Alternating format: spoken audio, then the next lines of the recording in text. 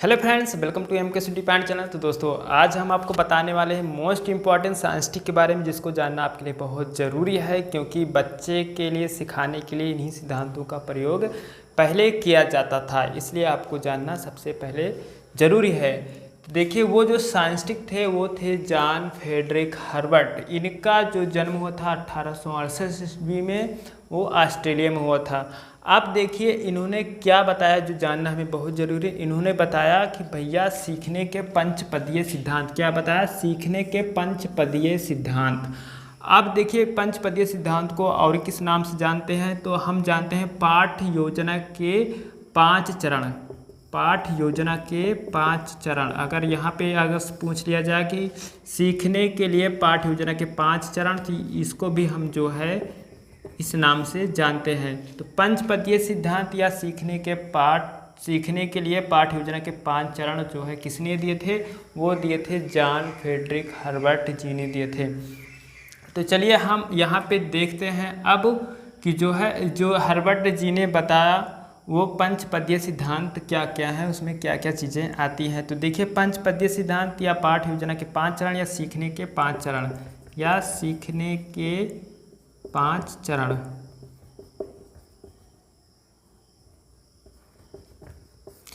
तो देखिए, ये तीनों नाम जो है ये जॉन फ्रेडरिक हर्बर्ट जी ने दिया था, और इन तीनों नाम को जो है हम पंचपदीय सिद्धांत या पाठ योजना के 5 चरण सिद्धांत या सीखने के 5 चरण सिद्धांत के नाम से जानते हैं। अब चलिए बात करते हैं कि 5 चरण सिद्धांत वो हैं क्या। तो देखिए, सबसे पहले हम बात कर लेते हैं कि इन्होंने जो हर्बर्ट जी महोदय जी थे, इन्होंने जो है सबसे पहले जो मूल सिद्धांत दिया था, जो इनके मूल सिद्धांत है, जो स्टार्टिंग जो इनके सिद्धांत थे, इन्होंने 4 सिद्धांत स्टार्टिंग में बताया था। वो 4 सिद्धांत कौन कौन से हैं?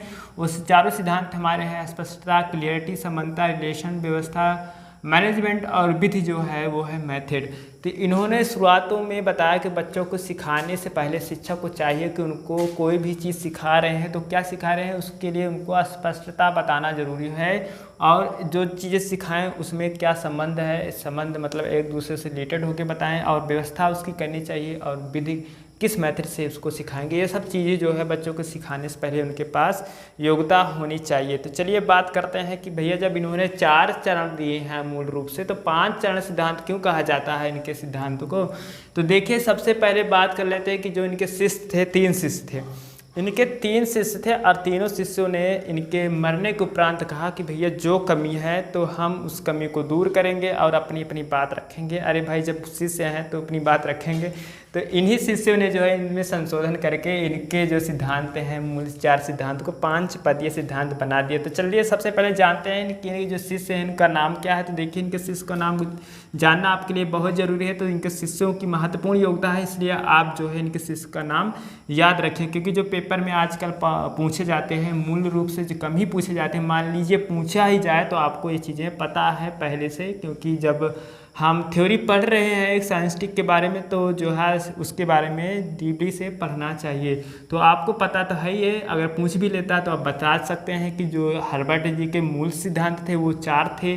अगर पंचपदीय सिद्धांत अगर पूछा जाए तो भी जॉन फ्रेडरिक हर्बर्ट जी लगाएंगे, लेकिन अगर अभी जो आपको बताएंगे कि इसके शिष्य के बारे में अगर उनका नाम दिया गया हो वहाँ पे, तो आप उनको सिलेक्ट करेंगे।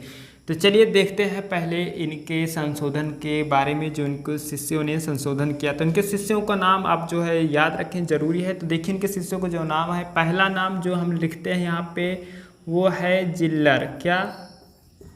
पहले शिष्य का नाम जिल्लर है, दूसरे शिष्य का नाम है राइन, और तीसरे शिष्य का नाम है जो मिलता जुलता है इन्हीं के नाम से, वो है हर्बर्ट स्पेंसर जी। आपने सुना ही होगा इनके नाम को, हर्बर्ट स्पेंसर जी।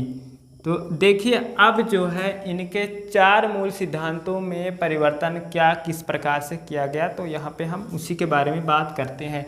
देखिए, जिल्लर जी ने कहा कि जो अस्पष्टता है उसको क्लियर करने के लिए हम जो है इसको 2 भाग में बांट देते हैं कि भैया जो अस्पष्टता है उसको हम सबसे पहले कैसे करेंगे। पहले हम उसको प्रस्तावना या इसको कहीं कहीं आप जो है पाएंगे, प्रस्तावना को हम लिख देते हैं, आप कहीं कहीं इसको पाएंगे, एक मिनट याद नहीं आ रहा है, तैयारी करना। ठीक है, तो यहाँ पे इसको कहीं कहीं आप इसको तैयारी करना भी पाएंगे, तो कन्फ्यूजन मत होना, तैयारी करना। तो देखिए इन्होंने एक तो नाम दिया कि अस्पष्टता को हम चेंज करेंगे। कौन चेंज किए? जिल्लर महोदय जी ने कहा कि अस्पष्टता को हम दो माध्यम से बताएंगे बच्चों को। सबसे पहले प्रस्तावना उसके सामने पेश करेंगे कि कैसे उसकी तैयारी करना है, कैसे बच्चों को हम तैयार करेंगे उस चीज़ को समझाने के लिए। फिर उसके बाद जो दूसरा प्रकार इन्होंने बताया वो बताया कि जो है क्या होना चाहिए, प्रस्तुतिकरण, प्रेजेंटेशन होना चाहिए बढ़िया सा। ठीक है, तो देखिए ये जिल्लर महोदय जी ने कहा कि भैया अस्पष्टता को हम दो चीज़ों के माध्यम से करा देंगे, प्रस्तावना और प्रस्तुतिकरण। ये जिल्लर जी ने संशोधन कर दिया इनके मूल सिद्धांत में अस्पष्टता के बारे में। ठीक है, ये चीज़ याद रखना। अब देखिए यहाँ पे जो राइन महोदय जी हैं, ये राइन महोदय जी का बहुत बड़ा रोल नहीं है, लेकिन पूछा जाता है कि राइन जी ने किस बात को जो है इनके सिद्धांत में रखने के लिए कहा।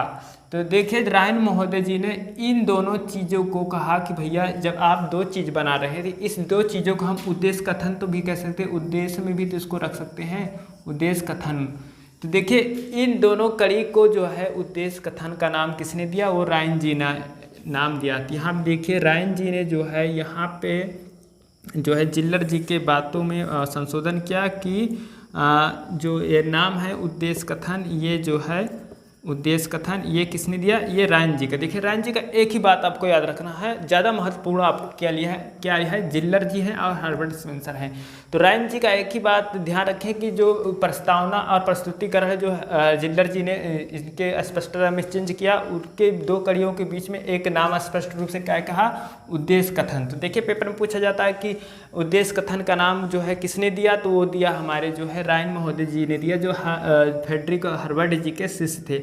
आपने इसको जान लिया। अब हम बात करते हैं जो हमारे तीसरे साइंटिस्ट थे, जो थे हमारे हर्बर्ट क्या थे? हर्बर्ट स्पेंसर जी थे। तो देखिए अब यहाँ पे जब इन्होंने दो नाम चेंज कर दिया तो हर्बर्ट स्पेंसर जी ने आए। हर्बर्ट स्पेंसर जी ने भी अपने इस सिद्धांत में जो चारों सिद्धांत हैं इन्होंने भी संशोधन किया। वो संशोधन क्या किया? उन्होंने कहा कि संबंधता को इसको हम काट देते हैं तो इसके स्थान पे क्या बचता है? हमारा व्यवस्था बचता है, व्यवस्था बचता है। अब इन्होंने क्या किया कि भैया इन्होंने जो है इसको हटा दिया, अब विधि को भी हटा दिया, मेथड को भी हटा दिया। तो मेथड के स्थान पे इन्होंने दो नाम क्या रख दिए? अपने इस संशोधन में दो नाम रख दिया, जो है वो रख दिया यह कि इसमें जो है जनरलाइजेशन यानी कि सामान्यीकरण और तुलना। इन्होंने कहा कि तुलना भी होना चाहिए, बच्चों को तुलना करके बताएंगे तो ज़्यादा समझ में आएगा। और क्या होना चाहिए? सामान्यीकरण होना चाहिए, सामान्यीकरण। तो आप इस प्रकार से यहाँ पे देख चुके कि 5 नाम जो है हो गए हैं, 1 2 3 4 5। अब देखिए ये जो है 5 पदीय सिद्धांत बन गया, लेकिन जो है फाइनल रूप से जो किताबों में आपको मिलता है वो ये चीज़ें देखने को नहीं मिलती हैं, क्योंकि जो है हर्बर्ट स्पेंसर जी जो है फिर से इन पांचों में संशोधन किए, फिर से जो है इन पांचों में संशोधन किए। और जो पांचों में संशोधन करने के बाद है इन्होंने जो है यहाँ पे लास्ट में क्या कहा कि प्रस्तावना तो रहेगा, चलिए प्रस्तुतिकरण भी रहेगा, लेकिन क्या कहा इन्होंने कि हम व्यवस्था को अब हटा देंगे। ठीक है, अब व्यवस्था को हटा दिया तो व्यवस्था हट गई तो क्या बचा? तुलना बचा। तुलना को भी रहने देते हैं, सामान्यीकरण को भी रहने देते हैं। और जब तुलना ये व्यवस्था हट गई तो हमारे यहाँ पे 4 पद मिले, लेकिन एक पद जो है लाके इन्होंने मेथड जोड़ दिया लास्ट में। वो क्या था? वो था प्रयोग लाके जोड़ दिया, जिसको हम एप्लीकेशन बोलते हैं। क्या बोलते हैं? एप्लीकेशन बोलते हैं। तो इस प्रकार से आप देख रहे होंगे कि पंचपदीय सिद्धांत में जो हमारे 5 चरण हैं वो 5 चरण के नाम क्या हैं वो हम आपको यहाँ पे फाइनल लिख के दिखा देते हैं कि 5 चरण के जो नाम हैं वो है हमारा पहला प्रस्तावना है, दूसरा क्या है? दूसरा हमारा है प्रस्तुतिकरण, और जो हमारा तीसरा है वो है हमारा तुलना, और जो चौथा है वो हमारा है सामान्यीकरण। क्या है? सामान्यीकरण। दिख रहा है आपको? दिख रहा है सामान्यीकरण। और जो लास्ट है हमारा वो है प्रयोग। तो ये चीज़ें आपको जो है किताबों में पढ़ने के लिए मिलती हैं और यही चीज़ें किताबें में आपको बताया गया है कि पंचपदीय सिद्धांत में जो पांचों स्टेप हैं वो पहला है प्रस्तावना, दूसरा है प्रस्तुतिकरण, तीसरा है तुलना, चौथा है सामान्यीकरण और पांचवा है प्रयोग। देखिए प्रस्तावना को हम तैयारी करना भी लिख सकते हैं क्योंकि किसी ऑप्शन में तैयारी करना लिखा रहता है तो कन्फ्यूजन नहीं होना है। तो देखिए अब यहाँ पे क्वेश्चन ऐसे बनता है कि जो प्रस्तावना और प्रस्तुतिकरण है वो किसने नाम दिया था, वो दिया था जिल्लर जी ने नाम दिया था। देखिए डीपली में पढ़ने का ये फायदा होता है, प्रस्तावना और प्रस्तुतिकरण का नाम जो है जिल्लर महोदय ने दिया था और रायन जी ने इसी प्रस्तावना और प्रस्तुतिकरण के एक बीच में अपने कथन बताए थे कि वो कथन जो था उद्देश्य कथन में प्रस्तावना प्रस्तुतिकरण को रख देते हैं। इनके जो बातें हैं इनकी बातों की इस पंचपदीय सिद्धांत में शामिल नहीं किया गया, इसलिए इम्पोर्टेंट नहीं बनता, लेकिन पूछा जाता है कि रायन जी की बातों को आपको पता होना चाहिए कि इन्होंने कहा था उद्देश्य कथन जो होता है वो दिया था रायन महोदय जी ने दिया था। अब हर्बर्ट स्पेंसर जी ने इसमें जो नाम परिवर्तन किए थे वो किए हमारे तुलना, सामान्यीकरण और प्रयोग।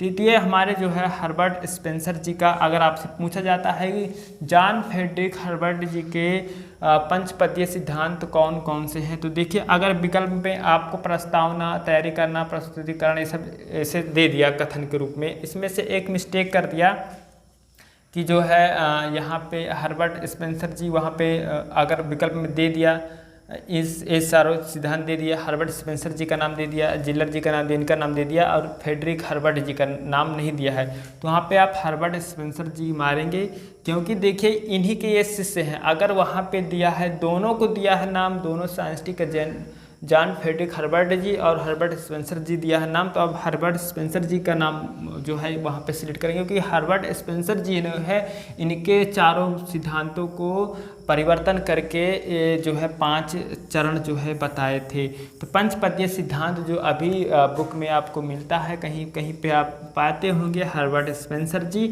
और कहीं कहीं पे आप पाते हैं जॉन फ्रेडरिक हर्बर्ट जी, क्योंकि इन्हीं के शिष्य थे, इन्हीं के शिष्य ने जो है इस पे परिवर्तन करके ये नाम दिया है। अगर देखिए यहाँ पे पूछ लेता है कि इस जो है चरण में सबसे ज़्यादा इम्पॉर्टेंट क्या है, तो सभी को पता है कि प्रेजेंटेशन जो होता है, प्रस्तुतिकरण, वो सबसे ज़्यादा इम्पॉर्टेंट बन जाता है। तो कभी कभी पेपर में ये भी पूछा जाता है कि इन चरणों में सबसे ज़्यादा इम्पॉर्टेंट क्या बन जाता है, तो प्रेजेंटेशन जो है सबसे ज़्यादा इम्पॉर्टेंट बन जाता है। अगर यहाँ से पूछ ले पाठ योजना के जनक कौन है, तो पाठ योजना के जनक जो है जॉन फ्रेडरिक हर्बर्ट जी हैं।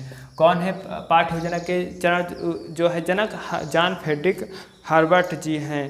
पंचपदीय जो सिद्धांत दिया गया था वो किसके द्वारा दिया गया था, तो अगर विकल्प मिलता है जॉन फ्रेडरिक हर्बर्ट जी, अगर दोनों मिलते हैं तो हर्बर्ट स्पेंसर जी भी मारेंगे, अगर विकल्प में ये दिएगा तो ये मारेंगे। तो जो पंचपदीय के 5 सिद्धांत दिए थे वो हर्बर्ट स्पेंसर जी दिए थे, जब विकल्प में ये रहेगा तो इसी को मारेंगे, अगर दोनों रहेगा तो इसी को मारेंगे, अगर ये नहीं रहेगा तो इसको मारेंगे। उद्देश्य कथन जो नाम दिया गया था वो किसके द्वारा सलाह दी गई थी, वो रायन महोदय जी द्वारा दी गई थी जो इनके शिष्य थे। जिल्लर द्वारा जो संशोधन किया था वो 2 नाम क्या है, प्रस्तावना और प्रस्तुतिकरण है। तो आपने जो है यहाँ पे पाठ योजना के 5 चरण जो है वो स्पष्ट रूप से आपको पता हो चुका होगा। फ्रेंड्स ये रही जो है आज की मोस्ट इम्पॉर्टेंट वीडियो जो आपको जानने के लिए बहुत ज़रूरी है। तो देखिए फ्रेंड्स यहाँ पे जो है अब ये आपको एक बात और स्पष्ट यहाँ पे बता दें फ्रेंड्स कि यहाँ पे आप देखिए जो पहले पाठ योजना आप अभी जो पाठ योजना पढ़ रहे होंगे एनसीईआरटी के आधार पे पढ़ा जाता है ना, जो पढ़ा जाता है माइक्रो टीचिंग के अंतर्गत के विषय से बच्चे, तो देखिए अभी जो पाठ योजना जो प्रयोग किया जाता है वो एनसीईआरटी के अभी जो पाठ योजना का प्रयोग किया जाए एनसीईआरटी के आधार पे प्रयोग किया जाता है, ये एनसीईआरटी के उपागम के आधार पे जो उन्होंने बताया। लेकिन जो 1960 यहाँ पे देखिए 1960 के पहले देखिए 1960 के पहले जो विद्यालयों में बच्चों को पढ़ाया जाता था वो चीज़ें जो पढ़ाई जाती थी बच्चों को समझाने के लिए वो यही चरण के माध्यम से बताई जाती थी। प्रस्तावना, प्रस्तुतिकरण, तुलना और सामान्यीकरण और प्रयोग के आधार पे जो है पहले प्रारंभिक शिक्षा जो पहले दी जाती थी देश आज़ाद होने के बाद, वो यही चीज़ें जो है बताई जाती थी। इन्हीं के जो है कथन के द्वारा जो इन्होंने चरण बताए थे जॉन फ्रेडरिक हर्बर्ट जी, इन्हीं के जो है सिद्धांत को यूज पहले किया जाता था वो 1960 के बाद। अब 1961 के बाद जो है NCERT के उपागम का उपयोग किया जाता है। तो फ्रेंड्स, ये रही वीडियो। अगर आपको वीडियो जो है सही लगे, आपको समझ में आई हो बातें, तो आप जो है हमारे मोटिवेशन के लिए आप जो है वीडियो को लाइक करें, सब्सक्राइब करें, शेयर करें। और आपको अगर वीडियो थोड़ी भी सही लगती है तो आप हमारे कमेंट में कुछ मोटिवेशन बातें लिखें। मिलते हैं अगले नेक्स्ट वीडियो में, तब तक के लिए थैंक यू।